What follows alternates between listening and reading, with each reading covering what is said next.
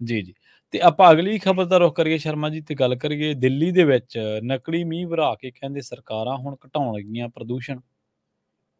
ਪ੍ਰਵੀਨ ਜੀ, ਜਦੋਂ ਮਾਨਯੋਗ ਸੁਪਰੀਮ ਕੋਰਟ ਨੇ ਝਾੜਾਂ ਮਾਰੀਆਂ ਕੇਂਦਰ ਸਰਕਾਰ ਨੂੰ, ਹੂੰ, ਹੂੰ, ਦਿੱਲੀ ਸਰਕਾਰ, ਪੰਜਾਬ, ਹਰਿਆਣਾ, ਹੂੰ। ਰਾਜਸਥਾਨ, ਯੂਪੀ ਇਹਨਾਂ ਨੂੰ ਕਟਹਿਰੇ 'ਚ ਖੜਾ ਕੀਤਾ ਤੇ ਨਾਲ ਇਹ ਕਿਹਾ ਕਿ 8 ਤਰੀਕ ਦੀ ਮੀਟਿੰਗ ਕਰੋ।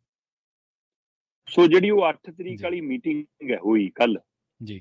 ਕਿਉਂਕਿ 10 ਤਰੀਕ ਨੂੰ ਦੁਬਾਰਾ ਸੁਣਵਾਈ ਹੈ, ਹੂੰ, ਹੂੰ। ਤੇ ਉਹ 8 ਤਰੀਕ ਵਾਲੀ ਮੀਟਿੰਗ ਦੇ ਵਿੱਚ ਕਾਫ਼ੀ ਕੁਛ ਸਾਫ਼ ਹੋ ਗਿਆ ਠੀਕ ਹੈ। ਕਿ ਚਿਹਰੇ ਮੋਹਰੇ ਕਾਫ਼ੀ ਸਾਹਮਣੇ ਆ ਗਏ ਕਿ ਕਿਹਦੇ ਕੋਲ ਕੀ ਪੱਲੇ ਆ। ਹੂੰ। ਬਕਾਇਦਾ ਕੇਂਦਰੀ ਟੀਮ ਦੇ ਕੇਂਦਰੀ ਸਕੱਤਰ ਦੇ ਮਤਲਬ ਅਗਵਾਈ ਹੇਠ ਬੈਠਕ ਹੁੰਦੀ ਹੈ। ਹੂੰ, ਹੂੰ। ਪੰਜਾਬ ਦੇ ਸਕੱਤਰ, ਹਰਿਆਣਾ, ਯੂਪੀ, ਰਾਜਸਥਾਨ ਇਹਨਾਂ ਦੇ ਸਕੱਤਰ, ਡੀਜੀਪੀ, ਪ੍ਰਦੂਸ਼ਣ ਵਿਭਾਗ ਦੇ ਅਧਿਕਾਰੀ, ਇਸੇ ਤਰ੍ਹਾਂ ਦਿੱਲੀ ਸਰਕਾਰ ਦੇ ਨੁਮਾਇੰਦੇ ਸਾਰੇ ਉਸ ਮੀਟਿੰਗਾਂ 'ਚ ਬੈਠਦੇ ਨੇ। ਤੇ ਦਿੱਲੀ ਵਾਲੇ ਜੀ ਇਸ ਮੀਟਿੰਗ ਦੇ ਵਿੱਚ ਕਿ ਪੋਲਿਊਸ਼ਨ ਕਿਵੇਂ ਘਟਾਉਣਾ ਹੈ ਜਾਂ ਆਪਾਂ ਕੀ ਹੁਣ ਜਵਾਬ ਦੇਣਾ ਹੈ, ਜਾਂ ਕਿ ਆਪਾਂ ਨੂੰ ਜਿਹੀ ਝਾੜਾਂ ਪਈਆਂ ਨੇ, ਉਹ ਦਿੱਲੀ ਵਾਲੇ ਕਹਿੰਦੇ ਓਡ ਈਵਨ ਲਾਗੂ ਕਰੋ ਜੀ, ਓਡ ਈਵਨ। ਹੂੰ, ਹੂੰ। ਤੇ ਕੇਂਦਰ ਸਰਕਾਰ ਦਾ ਨੁਮਾਇੰਦਾ ਕਹਿੰਦੇ ਟੁੱਟ ਕੇ ਪੈ ਗਿਆ, ਆਪਣੀ ਜੇਬ 'ਚ ਰੱਖੋ ਇਹਨੂੰ, ਓਡ ਈਵਨ ਨੂੰ। ਕਹਿੰਦੇ ਅੱਛਾ। ਕੀ ਕਹਿੰਦੇ ਮਜ਼ਾਕ ਬਣਾਇਆ ਤੁਸੀਂ? ਹੂੰ। ਤੇ ਜੀ ਓਡ ਈਵਨ ਦੀ ਤਜਵੀਜ਼ ਤੁਰੰਤ ਰੱਦ ਕਰਤੀ। ਠੀਕ ਹੈ।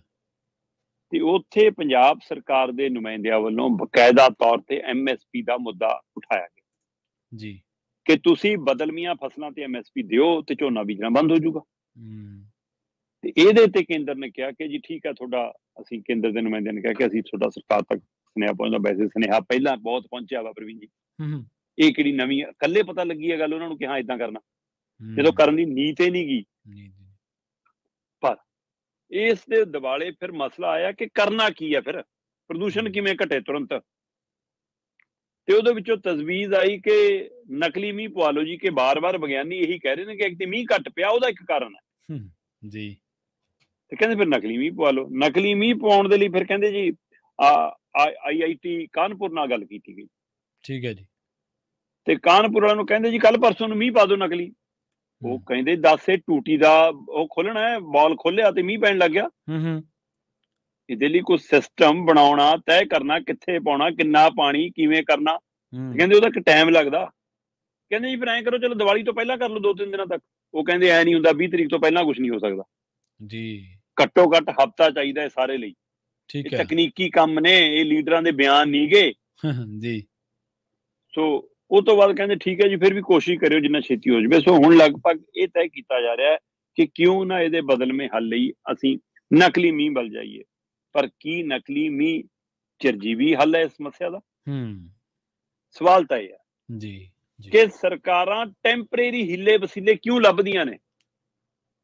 ਟੈਂਪਰੇਰੀ ਜਗਾੜ ਕੇ ਗੱਡੀਆਂ ਰੋਕ ਦੋ, ਕਾਰਾਂ ਰੋਕ ਦੋ, 20,000 ਜੁਰਮਾਨਾ ਕਰ ਦੋ, ਹੈ ਨਾ, ਪਰਾਲੀ ਵਾਲਿਆਂ ਤੇ ਪਰਚਾ ਕਰ ਲੋ, ਹੈ ਨਾ, ਐਕਟੀ ਜੀ ਪੁਲਿਸ ਨੂੰ, ਹੁਣ ਪੁਲਿਸ ਨੂੰ ਜ਼ਿੰਮੇਵਾਰੀ ਦੇ ਦਿਓ ਜੀ। ਕਹਿੰਦੇ ਅੱਛਾ। ਕੰਮ ਪ੍ਰਦੂਸ਼ਣ ਦਾ ਤੇ ਪੁਲਿਸ ਨੂੰ ਵੀ ਇੱਧਰ ਨਾਲ ਵੜ ਲਓ ਜੀ। ਕਹਿੰਦੇ ਸਾਰੀ ਨੂੰ ਹੂੰ। ਪੁਲਿਸ ਦੀ ਜ਼ਿੰਮੇਵਾਰੀ ਤੈਅ ਕਰ ਦਿਓ ਜੀ। ਕਹਿੰਦੇ ਡੀਜੀਪੀ ਕਹਿੰਦੇ ਪੰਜਾਬ ਦੇ ਵਿੱਚ ਪਰਾਲੀ ਸਾੜਨ ਵਿਰੁੱਧ ਰਣਨੀਤੀ ਤਿਆਰ ਕਰਨ ਦੇ ਅਸੀਂ ਹੁਕਮ ਦਿੰਦੇ ਹਾਂ, ਹੂੰ, ਹੂੰ।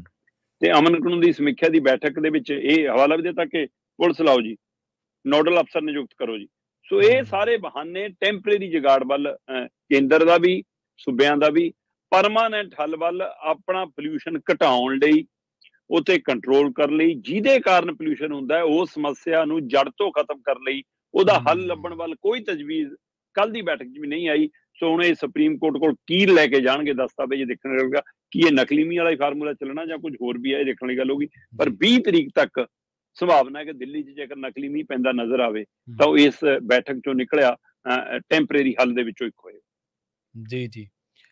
ਜੀ ਸ਼ਰਮਾ ਜੀ, ਸਮੱਸਿਆ ਦੇ ਹੱਲ ਕਰਨ ਨਾਲੋਂ, ਚਲੋ ਹੱਲ ਤਾਂ ਕਰਨਾ ਹੀ ਹੈ, ਪਰ ਸਮੱਸਿਆ ਦਾ ਮੂਲ ਜੜ ਕਿਉਂ ਨਾ ਫੜ ਲਈ ਜਾਵੇ। ਝੋਨੇ ਦੀ ਐਮਐਸਪੀ ਹੈ, ਝੋਨੇ ਤੇ ਐਮਐਸਪੀ ਹੈ, ਇਸ ਕਰਕੇ ਨਹੀਂ ਕਿਸਾਨ ਝੋਨਾ ਬੀਜਦਾ।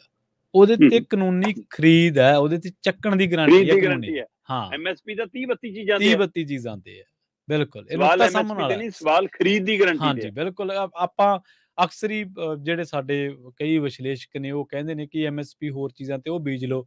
ਭਲਿਓ ਮਾਨਸੋ, ਇਹਦੇ ਤੇ ਕਾਨੂੰਨੀ ਚੱਕਣ ਦੀ ਗਾਰੰਟੀ ਹੈ ਖਰੀਦ ਕਰਕੇ, ਕਿ ਸਰਕਾਰ ਦੀਆਂ ਏਜੰਸੀਆਂ ਕਰ ਰਹੀਆਂ, ਜੇ ਵਪਾਰੀ ਇੰਨੇ ਨੂੰ ਨਹੀਂ ਲੈਂਦਾ MSP ਦਾ ਮਤਲਬ ਹੈ ਕਿ ਅਸੀਂ ਚੱਕਾਂਗੇ। MSP ਨਰਮੇ ਤੇ ਵੀ ਹੈ ਪਰ ਸਰਕਾਰ ਦੀ ਗਰੰਟੀ ਨਹੀਂ ਹੈ, ਉਹਨੂੰ ਕੋਈ ਚੱਕਦਾ ਹੀ ਨਹੀਂ। MSP ਗੰਨੇ ਤੇ ਵੀ ਹੈ, ਸੂਰਜਮੁਖੀ ਵਾਲਾ ਵੀ ਮਸਲਾ ਲੋਕ ਹੱਲ ਕਰਕੇ ਵੇਖ ਚੁੱਕੇ। ਮੂੰਗੀ ਤੇ ਵੀ ਹੈਗੀ ਹੈ, ਮੂੰਗੀ ਤੇ ਵੀ ਹੈਗੀ ਹੈ, ਬਿਲਕੁਲ ਦਾਲਾਂ ਤੇ ਹੈਗੀ ਹੈ, ਦਾਲਾਂ ਤੇ ਹੈਗੀ ਹੈ, ਬੜੀ ਕਈ ਦਾਲਾਂ ਤਾਂ ਇੰਨੀਆਂ ਮਹਿੰਗੀਆਂ ਕਰਕੇ ਦੱਸ ਦੇਣਗੇ ਇਸ ਵਾਰ ਇੰਨੀਆਂ ਮਹਿੰਗੀਆਂ MSP ਇੰਨੀ ਵਧਾਤੀ ਪਰ ਖਰੀਦਦਾ ਕੋਈ ਨਹੀਂ। ਹਾਂਜੀ, ਕਿਉਂਕਿ ਉਹਨਾਂ ਤੇ ਖਰੀਦ ਹੈ ਨਹੀਂ, ਖਰੀਦ ਦੀ ਗਰੰਟੀ ਹੈ ਨਹੀਂ, ਇਸੇ ਕਰਕੇ ਉਹਨਾਂ ਦੀ MSP ਬੇਮਾਇਨੇ ਹੈ। ਠੀਕ ਅਗਲੀ